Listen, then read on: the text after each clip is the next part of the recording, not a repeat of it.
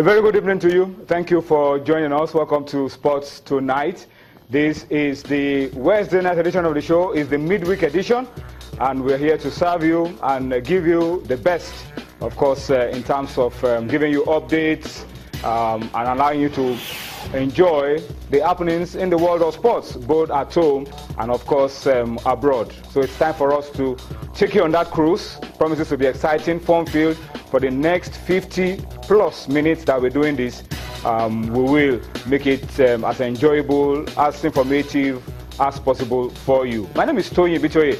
I want to start off the show tonight by saying a very big thank you to you for joining us, and also promise you that if you stay with us all through the show, we will make sure that it's worth your while. I'm not alone on Sports Tonight. I'm going to be doing this with Yemi Adebayo and, of course, with Onye Wuchiwachuku, and we'll be doing this together from start to finish.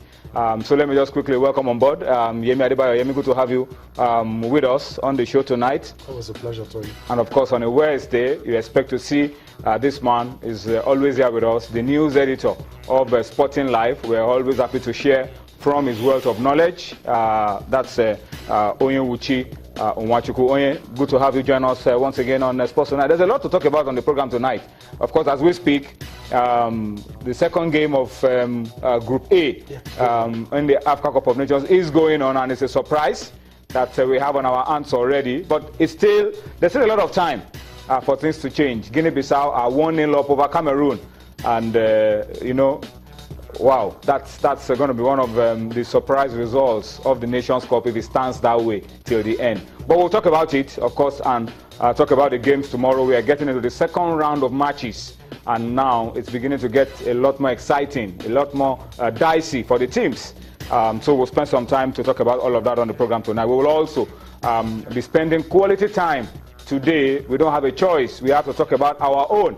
And our own is the Nigeria Professional Football League that got into match day 2 today. 9 out of the 10 games were played today. There's one game to be played tomorrow in Maiduguri, and we'll talk about all of it. We'll also be talking about the log, how it looks like at the top, and how it is as well everywhere on the table of the Nigeria Professional Football League. All right, let's start off by talking to you about the feedback. We are very, very heavy on feedback. We want to talk to you, and we want you to talk to us. We want this to be a dialogue on the program tonight, and it's essential that you talk to us, taking advantage of the platforms that you see on your screen, Facebook, Twitter. Tonight, we want you to share your thoughts with us. How have you been enjoying the games of the Africa Cup of Nations? We'd like to hear from you. And you can also tell us what you feel will be happening around some of those games as well. All right, so that's the feedback. Let's also tell you that you can watch us on our website. By now, you should know this by heart. Our website is www.channelstv.com. You could also watch us on youtube.com/channelsweb. All right, you can click on m.channelstv.com if you decide that it's on the BlackBerry or iPhone or iPad that you want to connect to your home for the news. All right, and then you could also download the Channels app for iOS, for Android, for Windows from their respective stores. It takes you there, keeps you where Channels wants you to be, and you also have Channels at your fingertips. All right, so that's where we want it to be, and as you do all of it and enjoy all our package 247 on all the platforms, as you feed us back on the program, tell us where your comments, where you're watching us from, where your tweets are coming from, your posts, your comments, so that we can appreciate you a lot more on the program. All right, so that's so much for feedback on Sports Tonight. So please, let's make this a dialogue. Let's make it as exciting, as enjoyable as possible. Your thoughts could be the turning point for sports development, the turnaround we've been waiting for in Nigeria. All right, guys, let's go quickly. We have a lot of issues to talk about. Of course, we'll also be talking about wrestling, and we will be reflecting on a whole lot of issues as well. But Onye, guys, let's start off on an agenda-setting note, and that's because I stumbled on the material this morning, and usually when I see such very interesting and intriguing write-ups like that, I like to bring it to the attention of those who are watching so that we can share it together. It's the story of Tony Eke. A lot of the people in the new generation may not know Tony Eke. Respected football columnist Mumini Alao, in his column today in the Complete Sports, Soccer Talk, brought us to the attention of Tony Eke. A lot of us have forgotten about Tony Eke. I'm sure those who were born in the more recent times may not even know Tony Eke or the story of Youth Fund. But in Soccer Talk today, Mumini Alao talked about Tony Eke and says if we want to put our money where our mouth is and confirm all we always say about our heroes, their contributions not going to waste, then we have to do something for Tony Eke, who at the moment looks like he's struggling a little bit, but needs our support to be able to keep body and soul together. Yeah, so you can't really blame this generation if they don't know much about Tony Eke. I think it's our responsibility, to begin to publicize some of the people who did so much for Nigerian football. What's up, Nigerian football? Put us where we are right now. I'm so sad because there's a verse in the national anthem that says, "May the labors of our heroes not be in vain." More often than not, I think their efforts have been in vain. You can't speak of underage competition without talking about Tony Eke. He was the Secretary General of the Youth Sports Federation of Nigeria, Youth Fund. What Youth Fund stood for at that time, was unearthing budding talents hidden in every part of the country. He traversed the length and breadth of this country. There is hardly any part of the world that this man has not been to. I was with him, I think in 2000, when we went for Lobby Stars House of Folk Champions League. We drove all the way from Lagos to Makurdi. So within that period, I was able to tap from his rich fountain of knowledge. And it's not a shame. I saw the picture you posted on Twitter. I saw him earlier this year. Last year, I beg your pardon. At Agege Stadium. Agege Stadium. You remember I asked, is this the same Tony Eke? It's the same Tony Eke. Machete, was a shadow of himself. This is not the kind of pictures we should have. For those who saw labored for this country. Sorry to cut you short, and of course to bring the young man.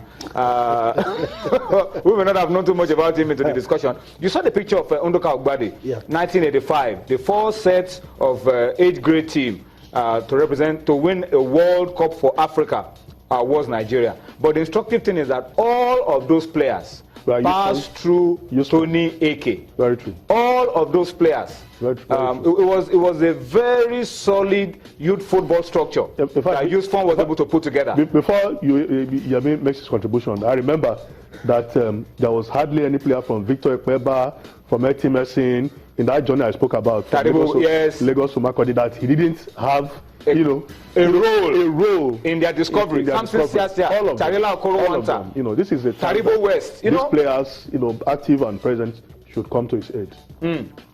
All right, that's how we started the show tonight, bringing to the attention of everybody. It may not strike too many people in the new generation, but then Tony Eke, if you talk about what Nigerian football, particularly youth football, is today, is impossible for you to talk about youth football in Nigeria without talking about Youth Fund. The association may have gone through difficult times now. Ben Ekpo, who also was another great guy, publicity secretary, has passed on. Very workaholic. He has passed on. A lot of these guys have passed on, but Tony Eke is still around and is really struggling now to keep body and soul together. And it's important for everybody to come rally around and help these guys. Hear me? Well, as if you don't know Tony Eke, you know Victor Ekpeba. You know Adekuoroye Wanta. Well, maybe not in his active days, but I read a lot about him and all that has been achieved through Youth Fund. And we've always sit here and talk about producing the next generation of stars. All of this shows us that there are people, there are brilliant minds in this country. We're not lacking in ideas. We're not lacking in methods. It's just the consistency, and that's the problem. And if you have people who have been able to engineer the golden era, so to speak, we should shouldn't allow their labors go in vain. You shouldn't allow things deteriorate with those people and start giving them a glowing tribute when they pass on. That's what shouldn't happen. Even if you were not there in the thick of things, you read about it, that. And for those who love football, youth fund is something that you will always hear about, even though when people like us said about youth fund, it wasn't in the glory days like probably when you guys knew about it, but at least we read and saw some of the results. So I'll probably just be lending my voice to you guys, hopefully that something gets done.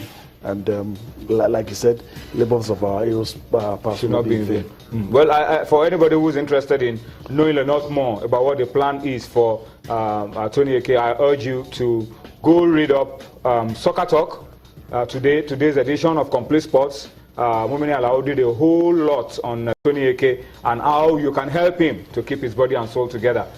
So please, that's it, Soccer Talk, today's edition. I'm sure if you go online, you can even read past editions. But you can focus on this one, on Tony Eke, between life, death, and football. That's how Mumini Alao put it, and I think it's important for us to help this guy to go through this very difficult time.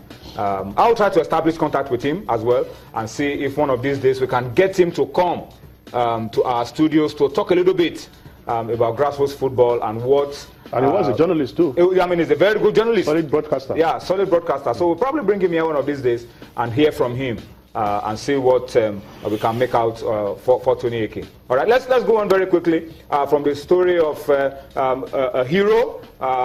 Let's talk about another one that is an upcoming hero and is already doing a lot for Nigeria. Adekuoroye. We've said so much about this girl that we're beginning to sound like a cracked record in terms of what she's been able to achieve. She's gone unbeaten since the pro wrestling event started in India, Premier Wrestling Competition in India. She's gone unbeaten. She's in the final. Is instructive for me, Yemi, is the fact that on road the final, the lady that beat her silly at the Rio Olympics met her at some stage in this competition, and Odunayo extracted her own pound of flesh. Yeah, it makes you happy. I like what's been happening with Odunayo. I like the personal development and the growth, and the fact that she's been able to, get one on somebody who's gradually becoming an arch nemesis. I think that is good, because once you're not able to do that, even your prime, you're not able to defeat people who have won on you on the big stage. You might get stage fright, but now this has happened. It kind of helps for morale and for confidence. I'm so happy that she's been able to go to India, get a lot of victories under her belt, set a record for unbeaten run, and I'm also hoping that she continues to win when it counts most. And that's the problem I do have with some of our athletes. They do their best sometimes when it doesn't count, but I hope it will count on the big stage for her one day. Yeah. All right. And in the light of this, the Nigerian Wrestling Federation and Yemi are also planning to do something in 2018, host the senior championship. So we'll get to see Odunayo right here win something, not winning outside, win something for us to see here. It's still a proposal, and they are bidding to host the senior championship.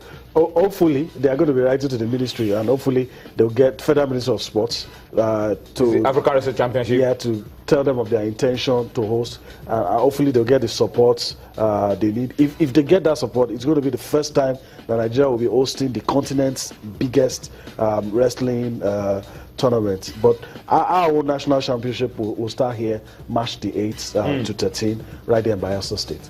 All right, so that's the story of wrestling. Once again, we commend Odunayo Adekuoroye and, of course, the president of the Nigerian Wrestling Federation, Daniel Igali, for their efforts. We need to go on a quick break now. We'll switch from wrestling to football and, of course, take you to Gabon when we return from this break. Join us again.